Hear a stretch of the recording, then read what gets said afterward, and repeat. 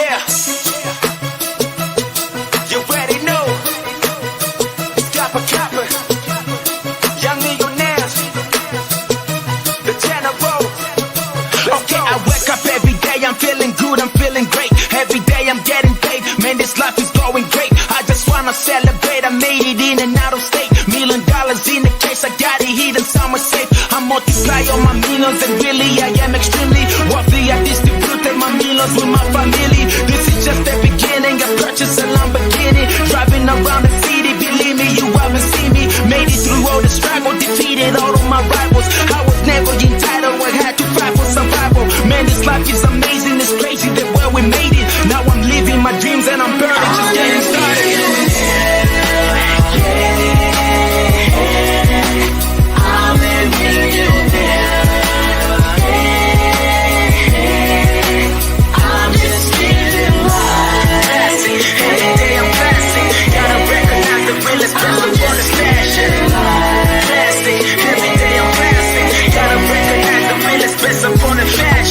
Through the struggle back when I was very worried. Now I'm chilling, get my condo, Lamborghinis and Bugatti. I know you in a hurry, but I promise don't be worried. When you see me in the club, I probably got enough to party. I'm a multi-millionaire, getting money everywhere. I ain't tripping on nobody, I just came to celebrate. Yeah, we got the party popping, got the general over here, throwing money in the air, cause we get it every day. I multiply all my millions, now me and my people winning. Moving city to city, I promise that you will see me driving a Lamborghini, but this is just the beginning. $1 million Bugatti, I'm stacking money in the ceiling. Multiply all my millions, now me and my people winning. Moving city to city, I promise that you will see me driving a Lamborghini, but this is just the beginning. $1 million Bugatti, I'm stacking money in the ceiling.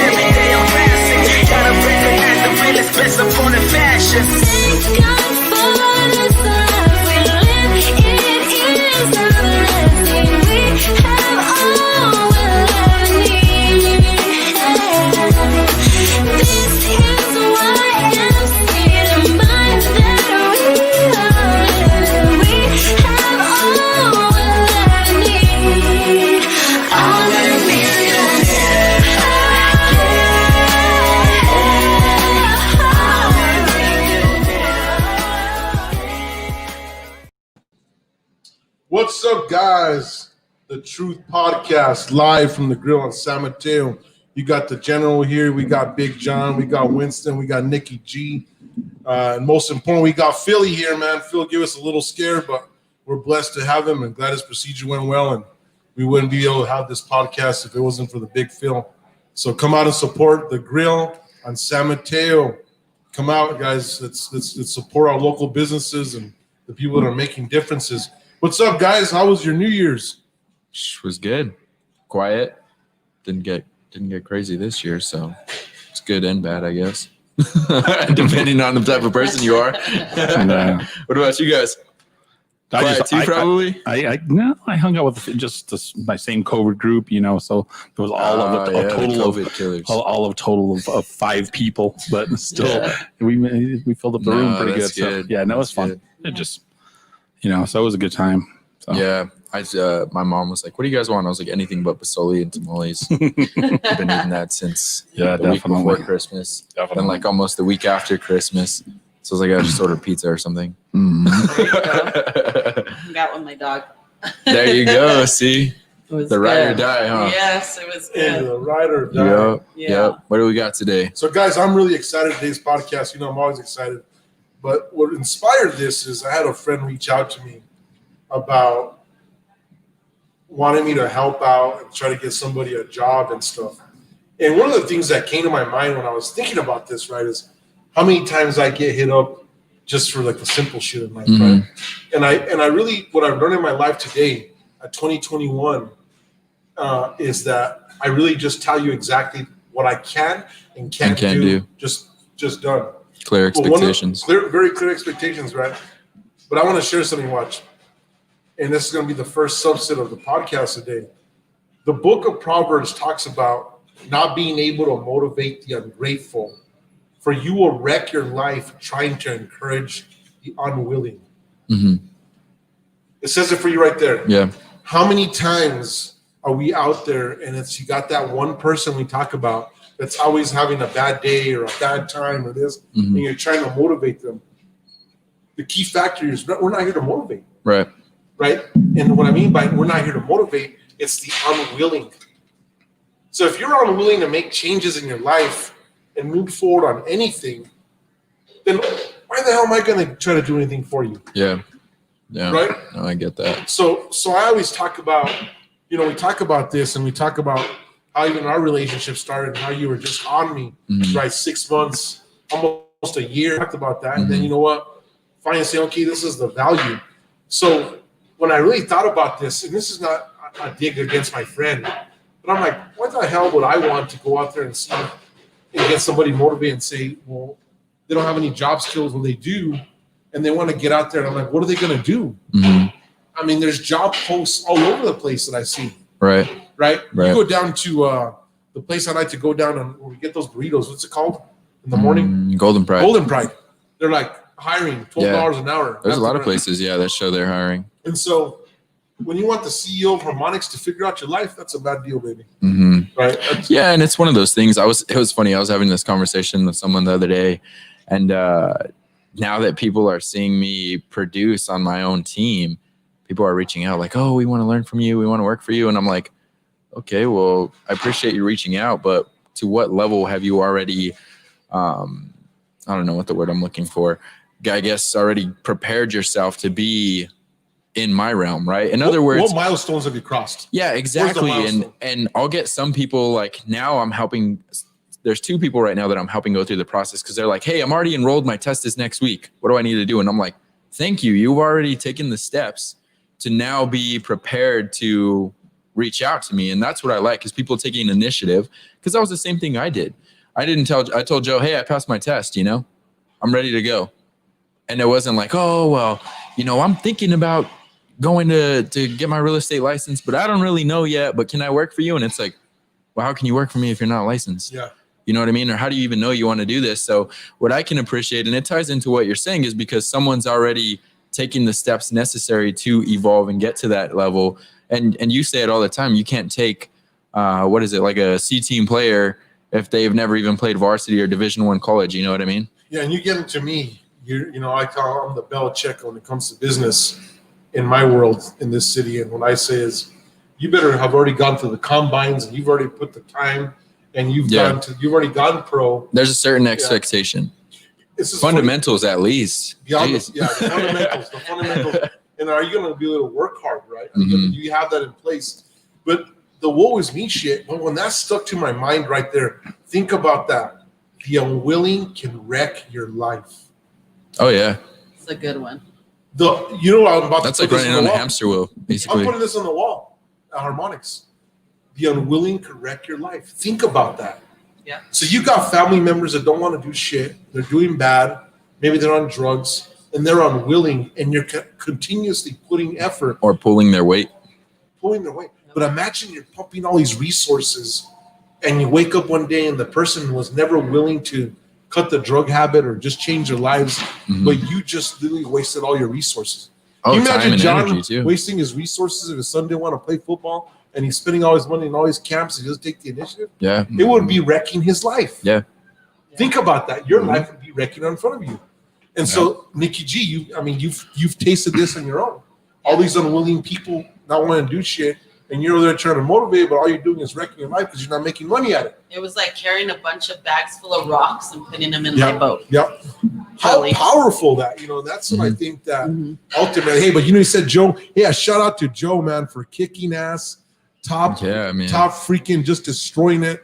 I tell him he's one of the titans and he's the titans in real estate, but what a freaking, the team out there for being the number 1 real estate agent, blowing the doors off people, right? There's only about, it was crazy. I was talking to him.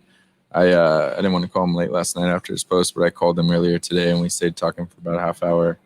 And I told him, against all odds, because there was a lot of stuff that that had gone down with COVID and everything, and smaller team. There's only, I think, about 5 or 6 agents. At the time, it was even as low as like 4. And, you know, we're going against teams that are 20 agents deep, 40 agents deep, 50. And Joe, you know, is number 1 this year against all odds. It's crazy. But what have I told Killed you? Special forces will always do more damage Mhm. than 1,000 soldiers, right? Oh, yeah. And That's so 100% true. what goes to show you, it ain't about the size of the team, right? It's about the size of the fight and the individuals you have working Mhm. for you, or that you share the same vision. Mhm. And you know, for me, I've shrunk to a smaller team at Harmonics Technologies. At one time, I was 47 employees, right? 4 offices around the country. But I look at it, the margins don't change, right? I told you, Carson, it's so funny. One of my friends called me over and they're like, "Oh man, you know, you do all this work. Are you, you know, making a couple $100,000 extra?" I wanted to laugh, and I'll be like, "Buddy, you know what? I don't want to tell you the numbers, right? But Yeah. it ain't a couple $100,000. Yeah. But deep down, it's good to work with a bunch of individuals who are just motivated, want to go to the next level, and Oh, share yeah. the same common cause, and I'm excited about Mhm. that. Nikki G, I want to make a big announcement. Nikki G just literally is heading Harmonics Media Group. Congratulations to you, Nikki. Heck yeah. She's about to go to the Congrats. next level, and I'm just excited that she's kind of taking that realm. And so we're excited. You need Super websites, blessed. you need all that good stuff. You need photos, you need multimedia stuff. Harmonics Media Group. That's what you need to Absolutely. roll. I'm super blessed. You know what I really love is to be able to work alongside you and really chisel and eliminate things that no longer serve me. In far as like the way I approach things in business, I'm super blessed to be able to work with you and even just have conversations, because it's like a difference between like gasoline and jet fuel. Like there's a whole different element to it. So if you guys didn't think I was dangerous before, everybody better watch out, because I'm on the prowl right now. Yeah, it was So I'm cool super too. blessed. Me and Nikki did a photo shoot this last weekend, and I'd never seen Nikki in her realm. That's why I was like, it was so cool to see you, you know, in your ring, you know, because she was just like mastered the craft, and you could see it. She was quick. It was just do this, do that, do this, do that, and I was like, okay, Nikki knows what she's got going on over here. You know what I mean? So it's just cool to see her shining that. And I think the thing is that people don't realize is that, you know, when you're powered by Harmonics Technologies, you got a lot of resources, right? So we're about to go to the next level in that. And so my whole thing is building out small empires. And again, willing people, right? Mhm. How many times did Harmonics Media Group really not get off the ground? And it went through handfuls, not handfuls, but a few people. Few people that just didn't move shit around, right? Yeah. But this is what I'm talking about. So I told Nikki, I said, you know what? Know that I'm just sitting back as a CEO as resources. You You guide the got this ship. shit. And so, you know what? I'm not in there with you. hmm You know, I'm the general. You guys are the captains of your ships. hmm So, you know, I'm pretty excited about that. And so, I came in bringing loads of Yeah. wood already. yeah, the woods came in. She came in with the wheelbarrow. She came Hey, with the wheelbarrow. I rolled up She- on them at a random time to Yeah. catch them sleeping too, and they were out. Her and Saul were out there working. Yeah, yeah. It's, love it. It's cool. And, you know, just excited about just a lot of great things. But I'd say it's just that willingness, right? Same thing with you, Carson. You know, I look at you and I'm always really proud of you. And when watching you, I call you with a little plant, right? I started watering your ass and you grew into this plant. And now you're turning around. Even your nephew, right? Old Ada makes me laugh. I mean, Mhm. you know, we're all sitting on this Saturday. It was so cool. We're sitting at the office, me, Winston, and Aiden. And, you know, we went to work. We were talking and working, and we were just cleaning out my bar. And we're up there and just wiping shit down. And Aiden's like, you know, I've been in the camp for 3 years, right? And I was like, you know, because I'm like, you know, I've been here cleaning the cars, and I was like, couldn't remember. And I'm like, you have been in the camp, and it's crazy to watch him even do amazing things because he's so willing to learn and just do it, right? Get out there and just Yeah. do it. And I tell him that I'm proud of him, and it's good to see that. And that's for me as a teacher, as I call it as a general. That's what I want. hmm People come in and say, you know what, dude, I can do this. I can build a fence. What Mhm. can I do for you? And then I can say, hey, can you help me wake up in the morning? Well, the thing is too is that the thing, since we're on the topic, the thing that Aiden has, especially in his age group, is what I would say, is that he doesn't have that entitlement, right? Where someone's like, oh yeah, I read all these books and you know, I have a degree in this and that, so I'm entitled to $100,000 salary right out the get go. And it's like, okay, well, what have you what have you proven and what results have you delivered? And that's the thing that I see a lot in these kids is that they don't want to go out and sweep the floors, right? They want to be the boss. Yeah. Instantly. They don't want to have to pay any dues. They just want that very quick result. And that's one thing that he doesn't have. And that's why he's succeeding at a young age, is because of that exact thing. And I'm just glad he doesn't have that. And I wouldn't have let it, I guess. It goes back to the willingness. Yeah, exactly. Right? Exactly. It's the willingness, right? Mm-hmm. I mean, Nikki G, I mean, you look at, it's so funny. I had a meeting today with Emmanuel.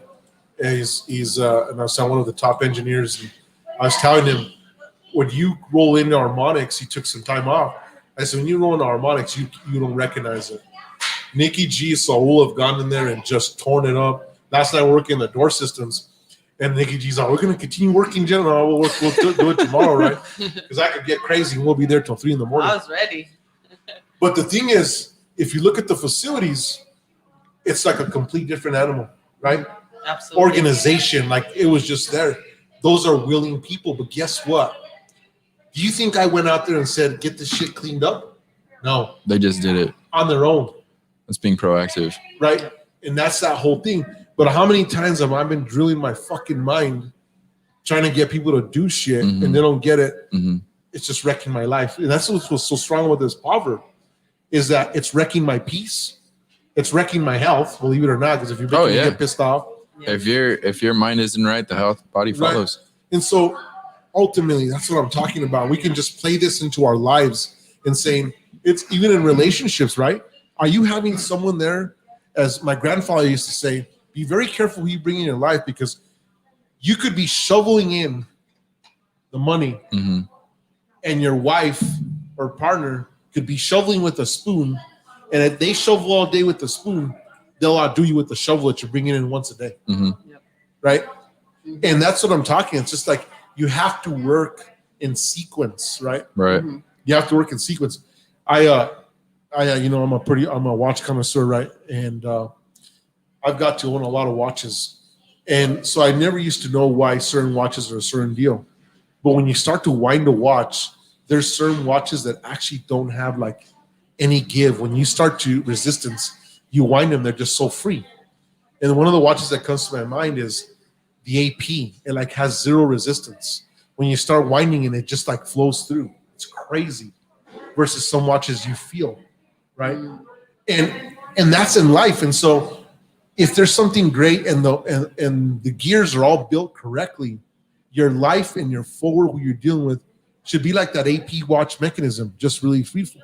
Yeah. If you're amongst people that have resistance and you feel the resistance, you're trying to wind the watch, you're just screwing yourself up, right? Yeah. And that's what that metaphor that I really think about is that I think in my hardest times in my life, it's because I've had people that are unwilling to better the common mission. And you're really screwed if you have people that aren't willing to better themselves, right? And this is why it goes back to this. And I was like, I can't believe I didn't come upon this a little quicker. This right here is the Holy Grail. We're going to have to put this up. I'm going to have to post this up. But this is the Holy Grail. I mean, how many times for you guys, I mean, do you guys have any personal experience? John, do you have one where you've dealt with an unwilling person or Oh, John probably gets it all the time teaching. Something, but something strong. You know what I mean? All the time. All the time, or people that say they want to work. They want to be this, but they don't put in the work. It's funny now because I used to be such the person that drives everything, but now my son's gotten to the point to where he makes all the communication. He's the one that picks the kids. And I kind of stand back and I'm there to like fine tune things, but he's the one more that's getting the kids motivated, getting them out there, so, and he's the one that says, well, I asked this kid if he doesn't want to come, or he makes excuses, so we have like a small group that we work with, but, he's become more of that he's that captain now, and I just kind of sit back and I critique little things, but then I'm there to snap the football. But I'm more to fine tune things. But now I want to, and he sees it too. Especially my youngest, he sees that he has to be the leader now, and he has to be that part. So, but no, yeah, going back to the original type, the people that are ungrateful, or or that don't, you're banging your head against the wall because you want to try and motivate them, but you have to want it too. So Yeah. it definitely becomes a frustrating thing. Yeah, I have a friend of mine, Elisa Martinez. She's incredible. She always was a person that just took opportunity and just went with it. She started as a temporary job. She was an insurance salesperson, and she went in this like temporary job place, and they placed her at an eye doctor. That girl has worked with surgeons. She worked her way up with no education because she was willing to learn no matter what, and she showed up. I mean, if I ever had a company, that girl would be my number one, because there's not a lot of people that have a certain dynamic to be able to run like that. A lot of people they want A to be written out. That's it. They need every single detail, but there's some people that they just walk in the direction. Like I told Jack earlier, what makes me a good student is I walk into something that I don't know. And this is what got me through college, is I knew that I wasn't going to know anything they taught me, but I knew that it was going to be between page 1 and the end of the book. So I never, when I heard foreign words or foreign anything, I just learned to adapt to that, right? So that's what always made me a good student. And also a good worker, is because I didn't need my hand held, right? But on another thing, to go back to the harmonics thing, I guarantee that harmonics is going to have such an epic year, because the whole place is just, the energy's cleared, it's good, there's nothing but positive vibes, and people don't realize how important your work environment is. You can have this crazy business, but if you have a bunch of weeds in your garden, that weighs you down. You're only as strong as your weakest link, no matter what it is. And there's people that have talent, but their attitude outweighs their talent, and vice versa. So I think that's the biggest thing that I've learned, and just knowing that even in my small circle, I'm not afraid to let go of people that no longer serve me. I don't have to carry. My whole life, I have carried people on a blanket, dragging them through life while I'm succeeding, just telling them, you guys can do it too. Instead of dragging them anymore, I just walk in my path and I shine the light. Like they say, a lighthouse doesn't go out chasing boats, right? It just has a light and it shines bright. And so that's one thing that I've really learned, is being able to just harness my own capability, and then you can help people. Jack couldn't help as much things that he could do if he didn't harness his own capability and build his own empire.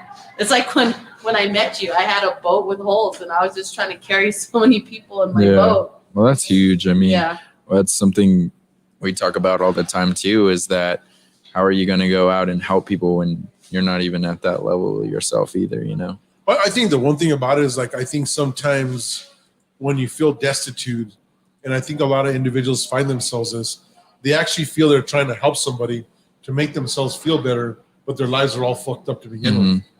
And my famous line is, 2 broken horses can't win the race. So, right, when you're in there and you're screwed up and you got a bunch of less screwed ups, sometimes people go and surround themselves with a bunch of degenerates, I call them, so that you feel better about yourself. Right. And then you're like, well, I'm carrying them along, but what you're really doing is that you're all rowing together, right? It's a bunch of clowns, right, trying to orchestrate. And you look at everything, it's got to be like a symphony. Everyone has to master their instrument in order for it to work well. Yeah. You can't be there like, oh, I kind of play the harp. I don't think so. Why I'm not a guitar player on this? And what happens is your yes has to be your yes, and your no has to be your no. But it goes back to what we're talking about. You have to be able to look at yourself and say, you know what? I suck at this, or I'm good at this, or I'm going to bring value, or I'm not going to bring value. I think that's some of the biggest issues that people are dealing with, is what you were saying about the entitlement. Just because you go to college doesn't mean shit, right? Just because you got whatever doesn't mean shit. And so you're like, what can you actually do to turn the wrench? Exactly. I got to tell you a funny story. We own the property management company called TJW, right? And all these jobs are coming up. And I told Nikki and someone was making advice. You guys want to make some extra money? What is this? Said, we got some fence jobs. Well, I love doing that shit. You already know that, right? But when I look at those opportunities, it's a team building for me. How does the cohesive unit work together, right? Absolutely. But most people have been like, oh, I'm too good to be I'm not going to build a fence. And one thing you know about me is I'm not afraid of labor, right? No, none whatsoever. Actually, my mind is always so calm after doing this. but I'm always willing to step out of my comfort zone. Mhm. You're never trying to pull me in the comfort zone, right? Like Winston, you saw we're going down at the bar and we're cleaning shit up and what it is. And it's because I always want perfection around me. So if your office looks like shit and everything's all dusty, Your and life you know, reflects. it reflects, right? But check this out. In the top shelf, there's probably about $5,000-$6,000 worth of liquor, right?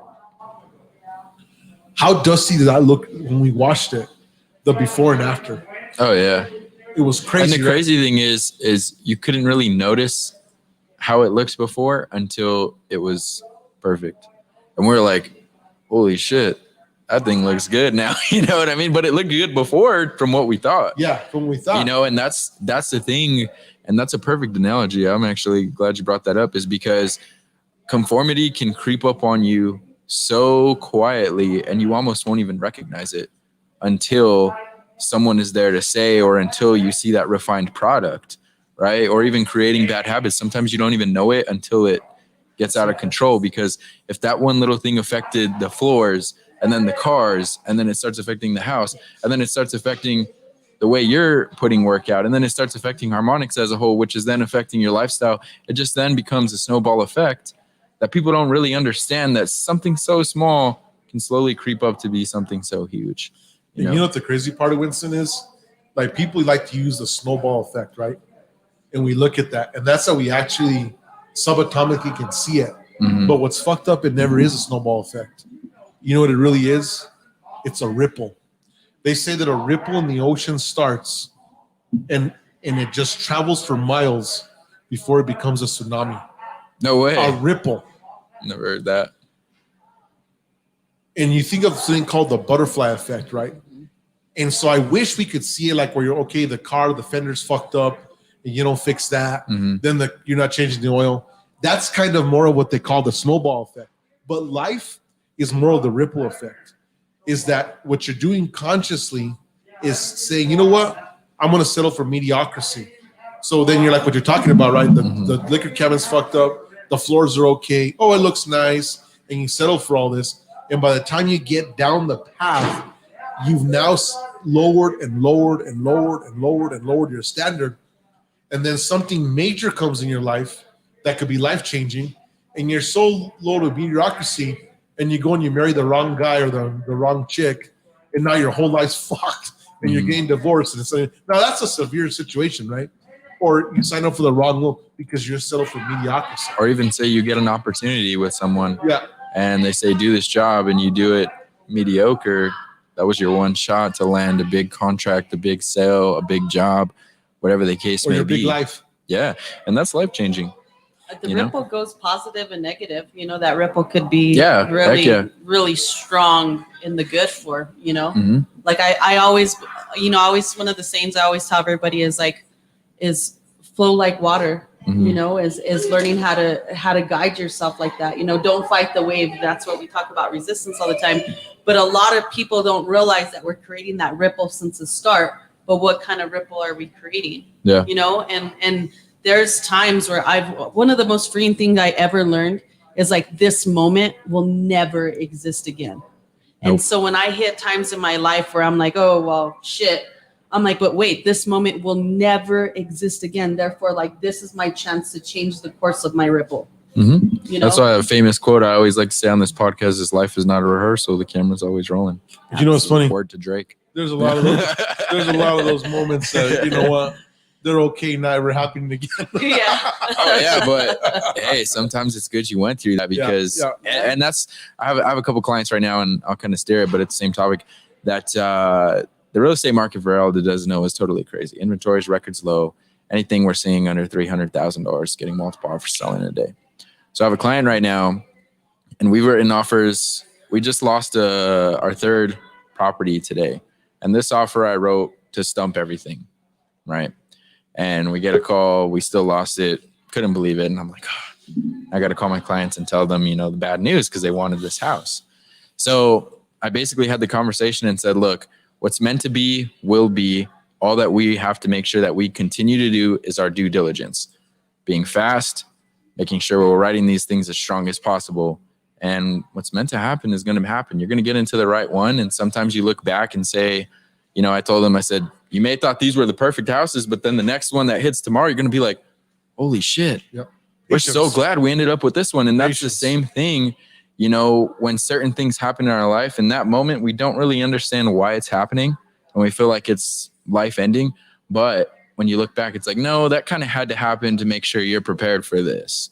You know what I mean? So same thing, kind of an analogy, I guess. But I think sometimes needs to be a destruction in order for it to have a rebuild. Yep. Oh, Right. yeah. Clean slate. That's Yeah, like clean the slate. shaman world. They say in order for you to become a shaman, you have to lose the world that you once knew. Mm-hmm. Yep.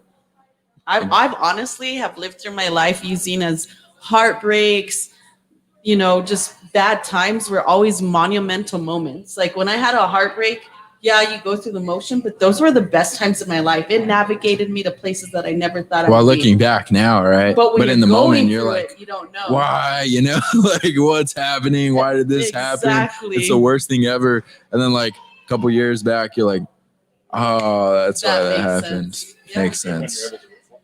When you're able to reflect on it, yeah. Yeah, exactly. And you're like, that was the Gain worst thing that distance ever away from it. happened. I always I tell hated my myself life. when I'm going through it, and I don't know if I always just had a way to like separate myself from myself and be like, I can't wait to look back and talk about this. You know, I remember Yeah. being in a very horrible relationship, and I'd lay there in the bed and I was like, this is shit. I can't wait to like have a beer and say, do you remember this shit Yeah. show? And like now I can, but Yeah, yeah, at that moment. I always had a place. I navigated myself where I could pull myself out of any situation, knowing that that moment would never exist again. Mhm. It's a freeing feeling. Yeah. Which puts us on to the next one. And so the second half of this is another proverb says, Proverbs 10:4, a slack hand causes poverty, but the hand of a diligent makes rich. For another translation, lazy hands make for poverty, but diligent hands bring wealth. So goes back right to kind of what I'm talking about. Mhm. So think about right there. Think about that proverb right there. Lazy hands. What do you expect? Mhm. Right? I'm gonna give you my spin. What you put, what you get. Yep. Right? Bottom line. Mm-hmm. So when you look at that, is what are you working to gain something? Like what you say, Carson, like I think one of the things you hear so much is like, I hear this shit going on and I'm like, I'm reading 10 books a day and I'm like, well, that's fucking great. Yeah. We're a week. What are you doing? Yeah. That's the Like, thing too. Right? is- I listened to 10, I was Yeah. in these self-help things. Well, what'd you do? Because Exactly. you're still broke. And that's the thing. Right? And to play on that, and I'm glad you brought that up because it's a topic I have a huge issue with. Well, not an issue, but I can appreciate the people that do the self-help and do that because that's kind of the seed being planted in the soil, right? But when it's like, okay, what I did is I did all this self-help. I learned the fundamentals. The fundamentals don't ever change. It's just 100,000 people saying it in different ways so they can make money off you. And you'll get people like, yeah, you know, I read these 10 books and I'm going to this seminar next month and it's $15,000 I pulled out alone. And it's like the first book you read had all the fundamentals in it and you just didn't act on it. You didn't learn from it and actually go out and do it. So yeah, it's all great and all that you're doing all this, but what are you doing, right? Are you taking what you learned from that read or what you learned from that podcast or whatever the case, even like us, right? Take what we are giving and actually go out and put it in your life. You know, That's the biggest thing. that's the biggest thing that I have to say about, you know, the people that have that, you know, entrepreneur in their bio, but they want to be an entrepreneur, but they aren't taking the action to do it. You know what I mean? I don't know. It's what we did a couple shows ago. It's that garden analogy. I mean, you plant that seed, but you never water it or you never pull the weeds, you know, and all these other things. Yeah, that are and then keeping that seed from growing. And you just plant a whole bunch of seeds, but Yeah, you don't that's- water any of them. that's what they're doing. They're just saying, oh, it died. Okay, I'll plant this one. Oh, it's dead. Oh, I'm going to plant another. And then they're spending their whole life planting these seeds Yeah. and just expecting it. Oh, I listened to this thing or I met this guy, you know, oh, I shook hands with Jack Veal. I'm going to be rich, you know? And it's like, it doesn't work like that. Like, Yeah. you know what I mean? Yeah. But I do believe in manifestation and all of that stuff. So if you are doing that, that's awesome. But just take what you've learned from that stuff and take what you're learning from even our viewers on this podcast and just take it into action. And that's where the result is. Yeah, and I think one of the things you said, I remember when I first met you, you're like, you know what's funny? All you guys who have killed it say the same thing in different ways. You remember that? Yeah, and that's what I caught on to. Right. And, you know, some people were like, oh, you don't listen to this guy no more. You don't do this. And I'm like, no, because I've learned from them. And the guy that I used to be all big about was Andy Frisilla. We talk about him all the time.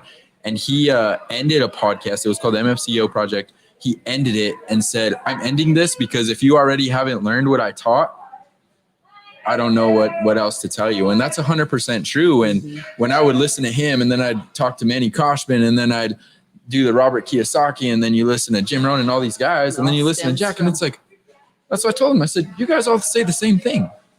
It's 1 + 1 is 2. There's no ifs, ands, or buts about it. And I was like, okay, now I know.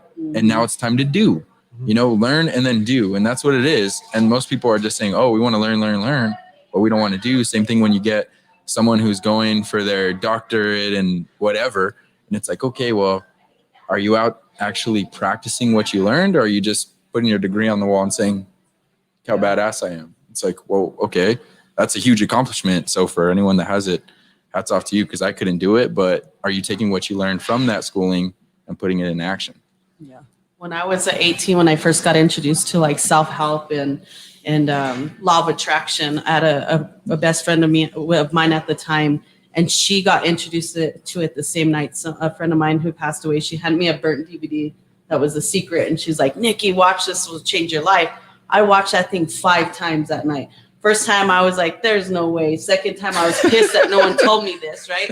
Third time. And then the crazy thing is my mom had this actual movie my whole entire life or whenever it was out. So it was sitting on the movie stand this whole time. So then the 4th time I was taking notes. 5th time I was like ready to kill it, right? But my friend was with me through all of this. I took her with me to seminars. I took her with me to Arizona.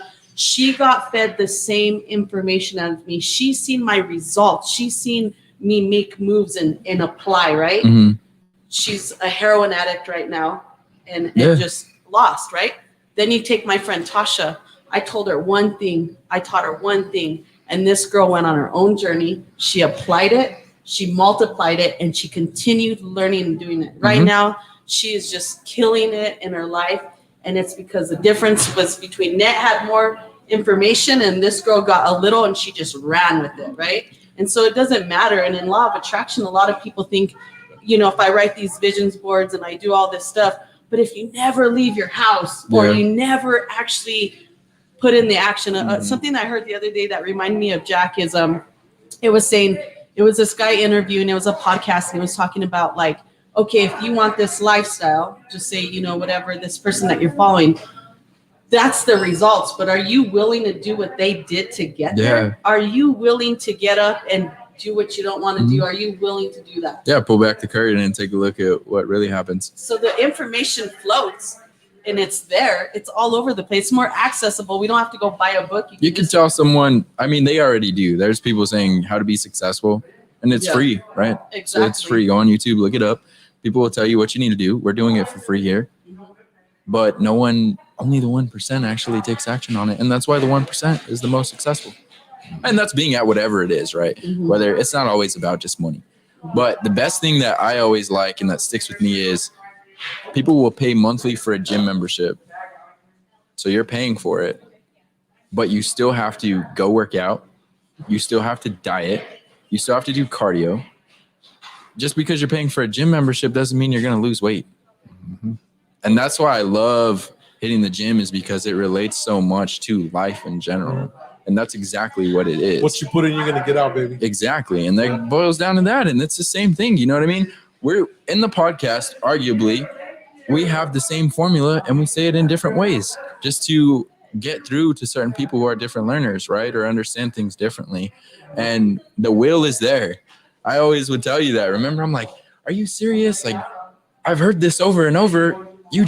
You have your own way of spinning it. This guy has his own way of spinning it. And it's all the same stuff. And that's why for me, people are like, oh, you don't do this stuff no more. I'm like, no, because now I know what to do and I'm going out and taking action on it. And the result is coming. The really cool thing is to go back on stuff you learned. That's you. And you kind of hear it from a different. Jack sent me a video the other day and I actually went to the seminar of Kawasaki. I was at the seminar when he taught what Jack sent me.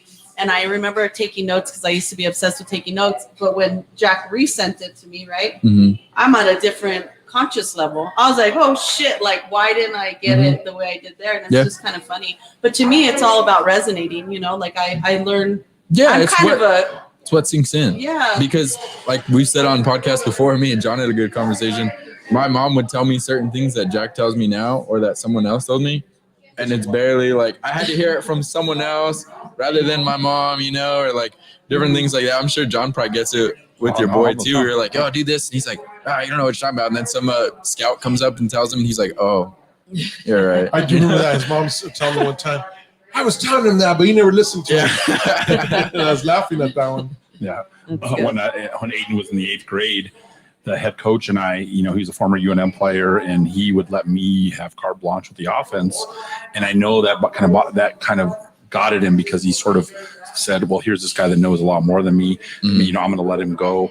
But by the same token, like at the end of games, he'd be like, go talk to my son and I'll go talk to yours. Yeah. You know, because after a while, the people that we love, we tune them out sometimes, you know, and even though they have mostly the best wisdom, you know, it's that other adult or that other person of wisdom that can make such a difference. That's why I'm such a huge proponent of anything that you do extracurricular, whether it's theater or anything like that. There's somebody else out there that can motivate you or give you that wisdom to be able to point you in the right direction. Absolutely. Oh yeah. Absolutely. You know, and all the while, if you reflect back on it, you're like, oh, my parents have been telling me this all along.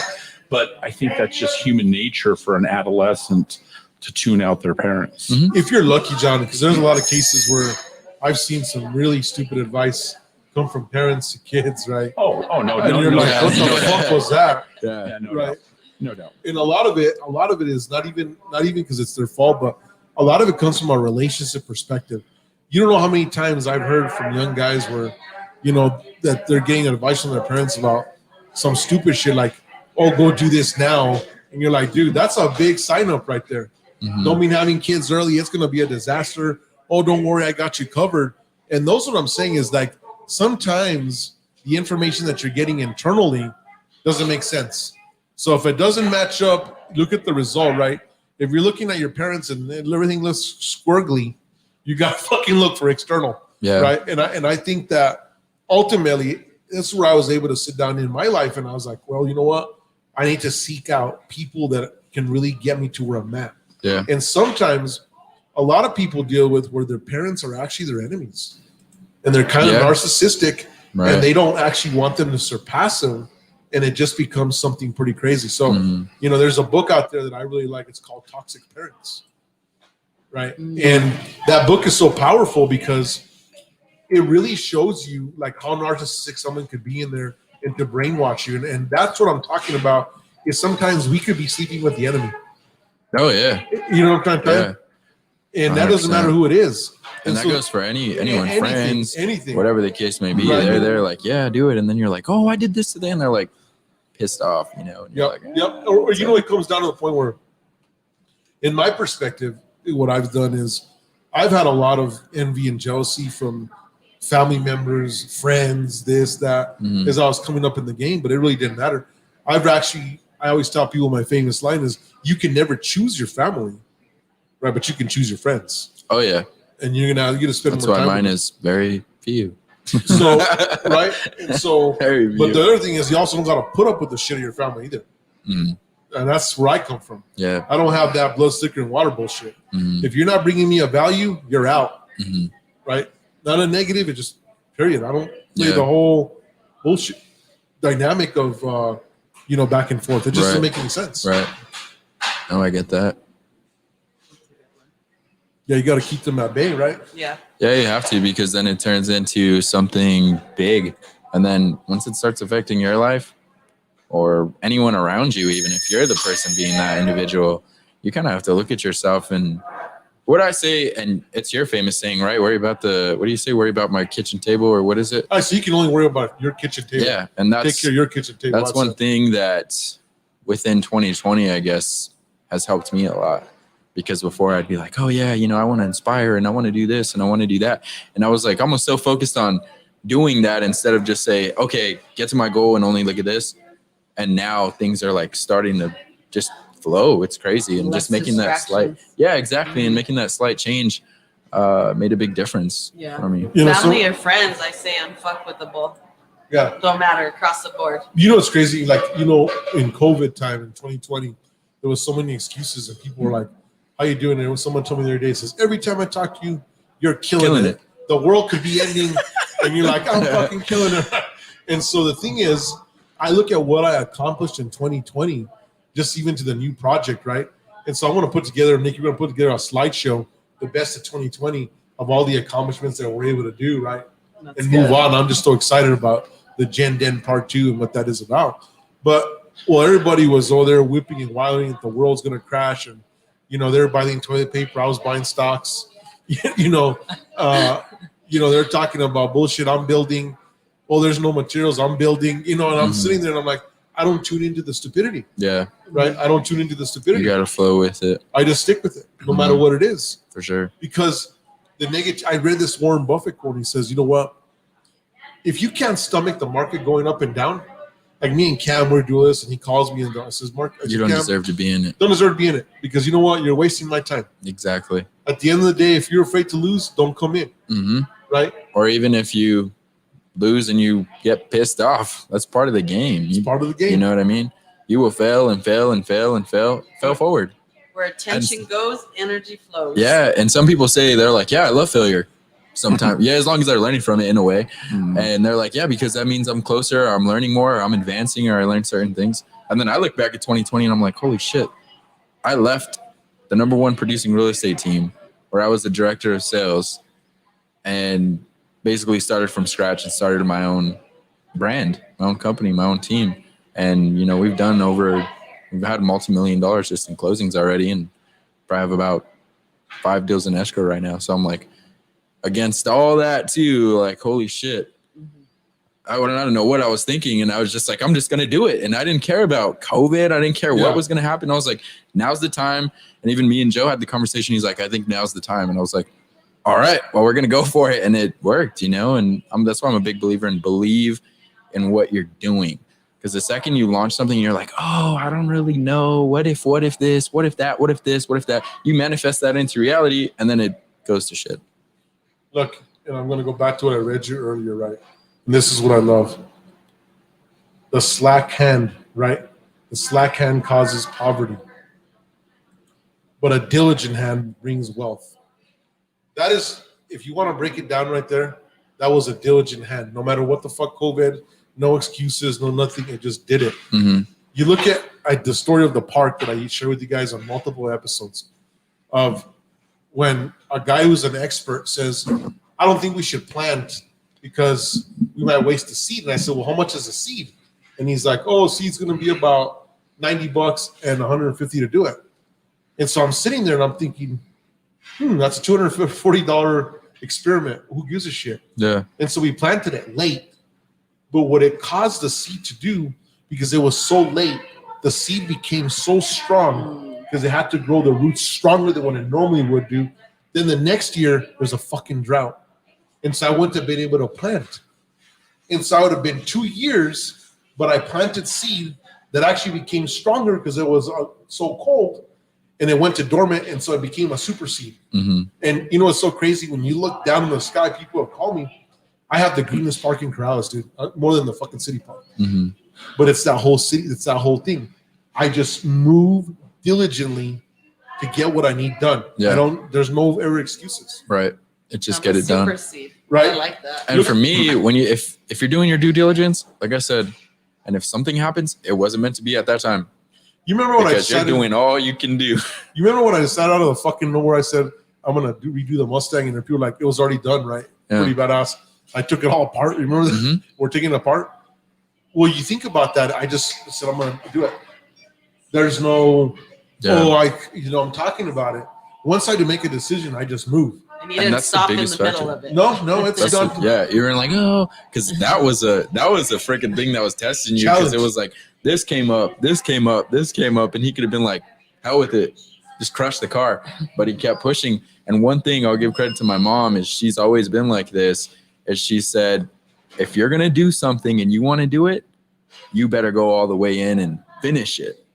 I don't want to hear no, because there was like times where I was like, I want to do baseball when I was a little kid. And I was like, I hate these pants. I don't want to go to practice. And she would get mad. And like, no, you wanted to do this. You're getting out there. Follow through. You know what I mean? And that was the biggest thing too. And when I decided the career path in my life, I was like, I took time and I was like, okay, if real estate's going to be the thing, I don't want to be that guy that's like, you know, oh, I'm a real estate agent. Oh, actually, I'm a photographer. Oh, now I'm an insurance agent. And then you're starting new at all of these things rather than mastering the one thing. So for me, it was like, well, people were like, how'd you know? And I was like, well, I narrowed down. Go to, I don't know what episode it was when I told that story, but you have to make sure if you're going to go at something, you have to go at it, because we don't get time back and the clock is still turning. So just like your son, John, he's freaking going at it football 100%. Now look at where he's at now. You know what I mean? So you just have to go. If you're going to make a decision, decide and take action. And you know, if you fail and you give it your 100% shot, you'll never have any regrets. Yeah, because you'll know exactly. And that's one thing I tell myself. I've said, look, if I'm not good at this, as long as I give it my all, then it just wasn't meant for me. You know what I mean? And that's the biggest thing on doing your due diligence. We can't control, if you think of a harvest, right? All you can control is how you care for it. We can't control the weather. We can't control coyotes come up. We can't control locusts, bugs, none of that stuff. All you can do is all you can do. And that's the biggest thing that I live by, is because if I'm going to go out and do something, I'm going to give it my all. And if the result comes, it comes. And if it doesn't, well, it just wasn't meant for me, or it wasn't ready to be there for me at that. Or it wasn't your time. Exactly, because things really aren't in our time. You know, I told somebody, it's all like God's will. I mean, I told somebody this. I said, you know what? You know, arguably, the samurai sword is the most hardened steel tool ever made to man. Some took even 1,000 years to build after folding over and over again. mm-hmm. But the most dangerous piece of steel is a projectile that we call a bullet, which takes 30 seconds to make. So sometimes we have to take the diligence that we learned of folding steel, but not that one application always is going to be the best application. Mm-hmm. That's good. So when you look at that in life, that's where you're like, well, shit, I folded steel. Well, no one's wielding samurai swords. But if you use that same diligent precision for a projectile, well, you'll be the best bullet maker. And this is actually a true story. Oh, yeah. This is not so I like funny. that. I like that. This is actually true. You know what I'm trying to tell you? Yeah. And so that's when you evolve your craft. But I tell people, if the samurai would have adopted the gun, the samurai wouldn't be dead. Right? Because they're going to apply the same war tactics. They're just, instead of wielding a piece of steel, you're shooting a projectile. Right. It's evolving. I mean, you look throughout history. I mean, the Chinese, they wanted to stay so isolated because what they saw that the Western culture had, they thought it was a joke. You know, when they first came to their lands, you know, they gave them their trinkets, and the Chinese were like, well, we have all these. Yeah. We have all this plus better. We have porcelain, and we have silks, and we have fine spices that you guys don't have. Because our civilizations are so much more advanced. But then that isolation or that closed-minded thought eventually, because they didn't adapt, They got passed them by. surpassed. So here comes the British with their iron ships and their steam engines, and there are the Chinese with their wooden ships and sails. And think You know, about this, John. So, And the British wouldn't have gotten to where they were if it wasn't for the German engineering, right? adapting to these different cultures. I mean, the British, even during the Industrial Revolution, they tried to isolate themselves and not let things escape. Yes. But by those people going out and interacting, and my son's taking AP World, and him and I talk about it all the time. That's the key is diffusion, it's cultural diffusion, learning from other people. You know, that is, learning from other, and that's what this is all even about. This is about our cultural diffusion, but you look at the problems that we have in our society, people who have hatred, it's because they haven't been culturally diffused. Yes. They see a gay person, they see a Muslim person, they see somebody of a different faith, it's because they haven't been culturally diffused, you know, and they haven't built up a tolerance or respect for other people, you know? So, I mean, that's to me, but I mean, what we're doing right here is we're all telling a little bit of our culture and we're trying to diffuse it so that other people understand and other people hopefully evolve. Doesn't mean that you have to do everything what we say, but you take little bits pieces of it. Yeah. And that's why it was a long time ago on one of our shows, and Coach was like, he freaked out and he's like, I said, no, I'm myself, you know, and he's like, you don't want to be just like Jack Vigil. And I said, I want to take bits and pieces of Jack Vigil. I want to take bits and pieces of this, bits and pieces of that. Remember that podcast? Yeah. And I said, one thing I know is I'll never be someone else, and I have to embrace myself, my strengths, and make it my own thing. That's why Jack is who he is, because he's 100% embraced. He is who he is. Yeah. You know what I mean? There's no, oh, well, you know, he was like this on the podcast, and when I met him, he was like this. If you meet him, he's the exact same way he is on the podcast. You know what I mean? And that's where things need to be. And when you can identify that and take bits and pieces, that's where you get wisdom. And that's one thing that helped me at a young age is I was always reaching out to people. And I told you, I sat down with business owners and real estate moguls locally, a good handful before I sat with him. And it was constantly getting told no, or no, I don't have time for you, or yeah, I'll tell you this and that. I was like, oh, can I work for you? No, I'm not really looking for someone. And then it put me in the position to have Jack in my life. And then it put me in the position to have Joe, who really took my career to the next level, you know. And if these people wouldn't have said no, or if I wouldn't have learned certain things from them, I wouldn't have been in the position where I was today. And I think that's, as from an educational standpoint, I think that's something we need to teach young people to be thirsty, to be inquisitive and ask questions, to be able to go out and that, you know, and Strauss, but I mean, we've always, in the last, 10 years of education, and they say, well, how can we fix things? And I'm like, well, get the kids out of their classrooms and that senior year, let them do internships and let them experience life before they make these huge monumental decisions of saying, well, okay, I want to spend all this money on this college. Okay, well, maybe, you know, that's why I never ever fault a kid for say taking a gap year or not even going to school right away. You know, I went to school for like 3 days. You know, and I was like, I want to learn how to run a business. I don't want to learn what Moby Dick did in this book, you know what I mean? Or whatever book it is. And I was like, this isn't teaching me anything about real life. Because I was listening to these guys and they would say, yeah, you hear it all the time. Don't do a 401k, do this, invest in real estate, blah, blah, blah. And you're like, yeah, is it true? And then you research it and you're like, holy shit, I learned all of this stuff for free.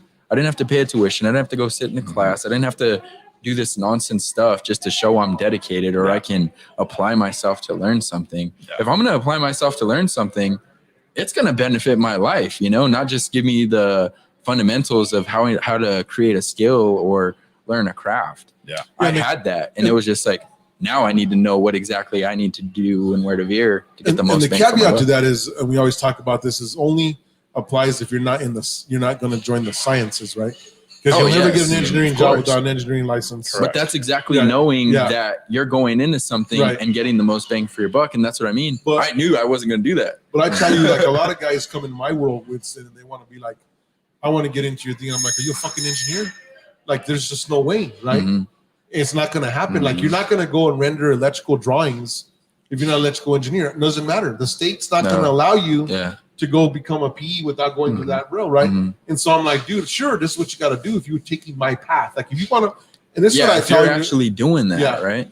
And then one of the things I like to tell people is, look, guys, like, don't get me wrong. When we talk about this stuff, we're talking about fucking basket weaving and maybe wasting your time. And I don't want to say business, you'll get all mad.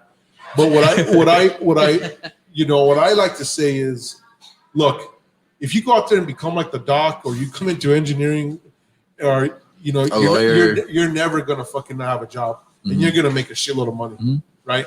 And you're not gonna have to put the effort. You're not gonna have to learn the people skills as much as what it is. Once you sell yourself and you kick ass and you become a GS13 fucking Sandia National Labs, you're pulling in the $180,000, $200,000. You're gonna live a hell of a life. Yeah.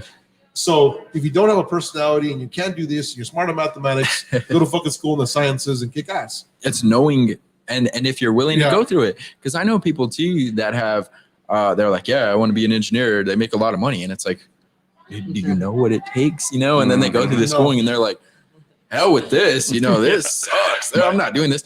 And that was my thing is when I met Jack, right? My whole thing, I was a young kid and I was like, all I know is if this guy has a Lambo, I'm going to do what he does, right? Because it wasn't just about the car, but it's a symbol of success. Yeah. So he tells me and I'm like, oh no, I'm not going to do what you do. I freaking hate math. And then I meet this other guy, D, and he pulls up in an Aventador and he's like, I do real estate. And this was before I even thought I'll say it. I don't think I've ever told him, but D was the whole inspiration for me going into real estate because I was like, and I didn't really ask him too much. And I was like, real estate. So then I start researching it. And that's how I found out about Robert Kiyosaki and all this stuff. And I was like, this guy you don't need no degree, none of that. You just need a license. But you know what's crazy? You can invest. But it's crazy. He's fucking appliances, right? And so he went to a high-end school for appliances. Yeah. What gave him the money to do the real estate? But think about this. So Winston heard that one word, got the motivation for that, and he went to the Kiyosaki and all that.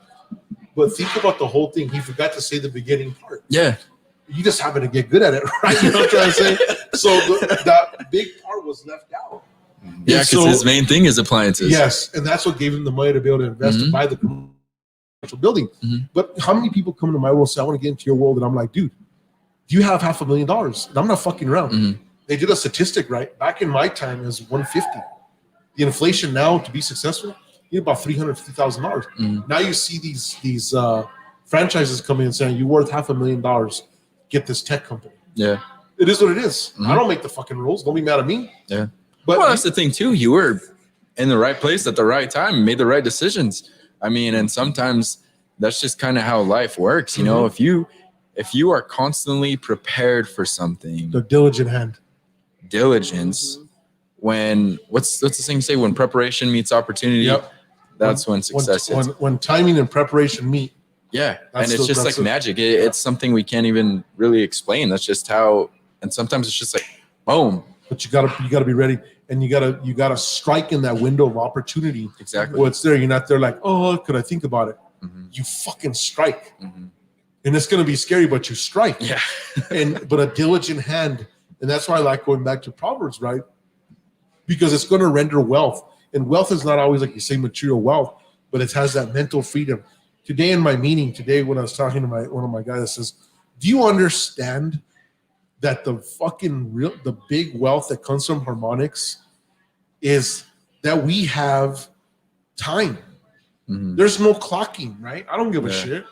It's what you get done. So like when my mom was sick or his dad was dying and my mom was dying, we're able to step off and say, here it is, because we got a world. Do you understand like how much that's worth? Oh yeah. Some company they don't give a fuck. They'd have been like, sorry, dude, who's dying? Okay, that's okay. You got your 1 week or maybe your one, but you better get your ass back here. We're going to replace you. That's how it works. Oh, yeah. Right? The other thing is just the room for you to grow mentally, your ideas. In a large corporation, nobody gives a shit with your ideas. You fall in line and get it done. Yeah. This is what it is. Not what idea you come in, just get it done. They give you a big hamster wheel or a medium one, depending on your brain capacity, and you run that wheel as best as possible. Exactly. Right? That is what is so fucking huge, right? And the cool thing is too, and what I like about your story and how it tied into mine, and I was like, okay, this is good. I went through this. Is we both started in big corporations, so we got to see everything and how they run it, and you got to learn what do I want to do that they did, but what do I also not want to do. Tying back to what we were saying and getting knowledge from different individuals, we went through these different experiences to see what's big corporation versus, smaller, but quality, instead of just massive stuff, What is it what you said? Look at Joe, right? The 6 agents Exactly. fucking Same goes thing. to everybody, right? Same thing. Ultimately, what you want is that you don't want bureaucracy. You literally have a dumbass on top of you telling you what's going on, and he doesn't know his head from his ass, but he's been there 10 years. Yeah. And it's just crazy, right? And people would say, well, what's the biggest qualm? I said, I was working for people that didn't know a third of the shit that I knew was driving me nuts. Yeah. That was one of my things even when I was in school. My teachers, that way, were awesome. One of my teachers is like, they were like, this guy's a gifted kid. So they weren't trying to put me down. I had some phenomenal teachers coming up, right? Saying, okay, this guy's just at a whole different level. But what I did is the teachers would be like, hey, okay, your job, you're going to help us be a tutor. Yeah. Right? So I'm tutoring the same kids, and I had a sense of purpose, right? Because I'm tutoring the kids. But I wasn't there bored out of my mind. You see what I'm trying to say? Yeah. And that's where that inspiration comes through. But John, we're about coming towards the end here. I wanted you to throw up that picture I sent you. Did you send? Did you text it to I me? texted you. Did it come through? It didn't come through on my text from here. While they find that picture, one of the big things that always resonates with me, because we're always a sponge, whether it's good or bad, but I like to be See right here? consistently, That constantly, second message. Send it. cautiously aware. It's a tough one, but I know it. I was like focusing on like, but I got it. Yeah, and it's true. It's because like Yeah. sometimes we don't want to absorb information Yeah. that's not benefit to us, Mhm. right? And so Or like, sometimes you become a zombie and you're just like, okay, and then you're not listening, yeah, and you 'cause you're- get or you're thinking great about what pieces to of say information. next. yeah, exactly. No, I like that. I've never heard that one. Yeah. It's a good one Send it. I have to write it down because I always get it's too tongue. because it shows both sides of situations that can happen. Consistently, consciously, cautiously aware. It's a hard one, but it's good. It's good. It's good. This was a good one. Yeah. I felt like real passionate about this podcast today for some reason. I think I've just been having a good week. That's why I've Yeah. been selling a lot of real estate. It feels good. Yeah, that's good though. I'm super like in a gratitude. I mean, I've been doing nothing but cleansing and like I just feel good right now. Mhm. I told Jack I'm dangerous. Woo, I'm dangerous right Yeah. now because I've let go of baggage and just stuff Yeah. like in general. Clean slate. So, Now is the time you've learned from everything you've been through, and now it's time to take action. and just being able to have the opportunity, it's like I knew this was like all my time led up to this exact. I put up this That's the way it there's works. this picture up on the podcast, right? That first one I was talking about the opportunity. So the opportunity on the right was one of the greatest masters that you could ever met. His name was Luke. This is the guy that took me to the next level mentally, physically. And then you got Jim on the left side, who was a black belt you would have never known. But this is the funny part. I was teasing Winston, right? And you see me in this picture right here, and I'm pretty ripped. But this is me eating donuts and pizza. And so what I learned was this is what you put in, like what you put in, right? And so like one of the great things was this guy told me one time. He says, "I put the amount of work in because I want to eat," and it makes sense, right? So if you want to spend, you got to make. Yeah. There's nothing to it. Mhm. So if you're a guy who just wants to just gain whatever, you're gonna have to make. If you want free time, we ain't gonna have shit. Sacrifice. Right? Or- It's yeah, not. yeah. You don't have a both It's the same thing we've said. Yeah. You can't have the 6-pack and eat donuts all the time. all the time. This one I had the 6-pack All with the the donuts. This one, but I laughed at this one because I was thinking. But the thing is that what was I doing? Right? Mhm. Is that I was in the training camp and lifting Oh, your weights the same- metabolism was yeah. firing fast. And that's the thing is too, like you look at The Rock, right? The guy's freaking shredded and he's in his 50s, I think maybe. Yes. And his cheat meal is like 30 stacks of pancakes. Yeah. The body needs that too, Yeah. you know. Yeah. But when I say that, what I mean It's is not every day. exactly. Not You constantly. cannot just say, "Oh, I'm gonna show up to work one day and I'm gonna work 24 hours," and then you're there like, "Oh, you're sitting there, you're scrolling on Instagram. Oh, then you're looking on Facebook. Oh, then you call your friend. Oh yeah, what's going on?" But you're at the office, so you're working, right? Well, let's go back. And then you don't see the result. It's not the diligent hand. Yep.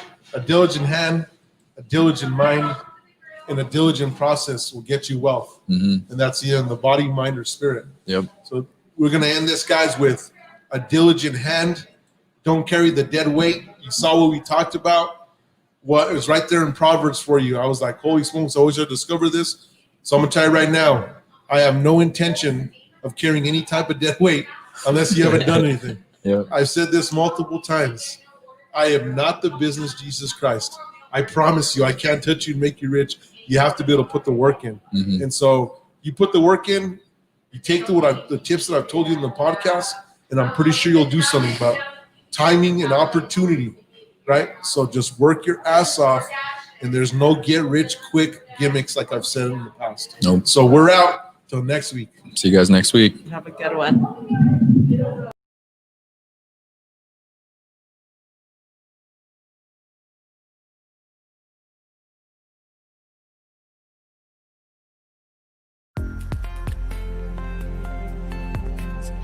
Harmonix Technologies, your New Mexico business IT solution.